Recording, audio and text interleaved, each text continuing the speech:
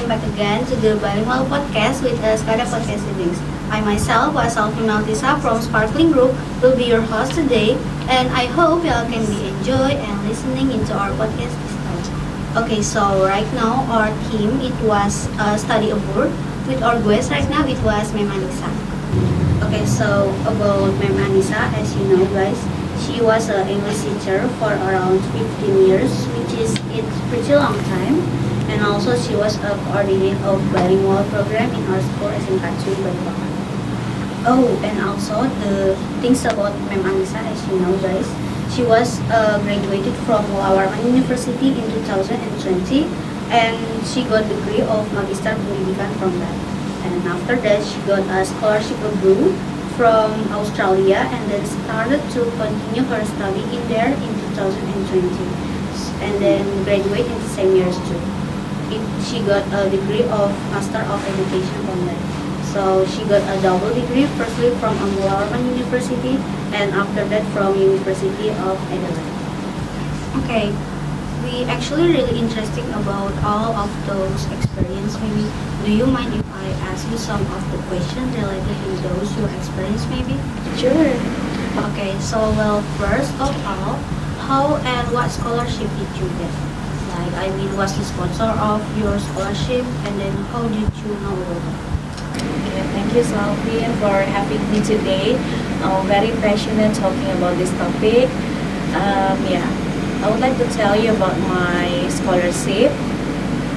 At that time, I got this scholarship in this kind of collaboration program between Australia Award Scholarship (AAS) and East Kalimantan Provincial Government. So it is kind of collaboration. Okay, and I got this because of program for civil servant, especially for me teachers from East Kalimantan. So it seems like collaboration. Okay, so according for those all experience, we want to ask you some of the important questions. Can we know what the reason why do you want to continue your study abroad, especially in outside country? Because I think it will be definitely not easy to avoid that. Yes, correct. Yeah, it's kind of funny and anti-mainstream reason, I can say, since my personal reason is because of my stress coping mechanism. That was my 10 years of teaching. Then I get stuck with my typical days, teaching every day. Then, yeah, the only way to escape from my daily routine at that time is only to continue my study to higher education. That's why I look for a scholarship that can fund my fee. Then fortunately I got information from one of my friends. It is that program. So first of all, it seems like escaping abroad. Correct, escaping. Okay, so based on that too, while you're in the University of Adelaide, what's the different thing that you feel when you're there? Like, I mean, how the teaching maybe? Is that it's so different between in Indonesia? Okay. Before talking about the difference, there must be some similarities. I mean, between studying in Indonesia in UNMO and in UOA, University of Adelaide. The similar thing is the lecturers. Many of lecturers in UNMO also graduated from abroad, so I get used to gain many information, and the way they teach also using kind of modern teaching system. But when I dive in, when I experience myself studying, experience the class abroad, it's kind of wow experience. I got many supported facilities from campus. They provide several things, like from the technical issues, the mental health issues, and also for our academic support, as well as like the LMS they provide for us, also the helpful tools on website campus provide for us as the international student that get many challenges dealing with the culture. So they also be friendly and all of the facilities that is literally really helpful. Oh yeah, sure. Also the lecturer, there is no gap between the lecturers and the students, so we easily can engage with them. Everything we deal, the problem, the technical issue or anything, we can talk with the lecturers. So there's no gap. I think that's kind of nice having our teacher, our lecturers very nice with us, talking about our challenges in academic. Oh, and also when you were still college in there, you bring your children and your husbands, right? Yeah, I bring my family there, my husband and 2 kids. So according for that, how the education is going on there? Oh yeah, they had to get school there since it is one of the requirements the Australian government asks, because if I would like to bring my kids, they have to get study there. At first, their experience, they got a little bit language barrier, of course, since English is not our second language. So maybe for their first weeks, they got very very hard, to deal with the teachers and their new friends or classmates. But their children, I mean, they adapt with the situation very fast, so there's no problem. If I ask right now, do you would like to study in Australia again? Sure, they love. They would like to come back to Australia, loving having many local and international classmates. They love their teachers, they love their curriculum, they enjoy the class, they love the books that provide from the libraries, many things. So it first of all, it's not impossible to, especially to adapt in those places. Sure. But I think the education in there is developing. Talking about curriculum, there is no burden for children. They got no homework. So the one that the government put as the highlight is the character building and the skill, also the literacy skill.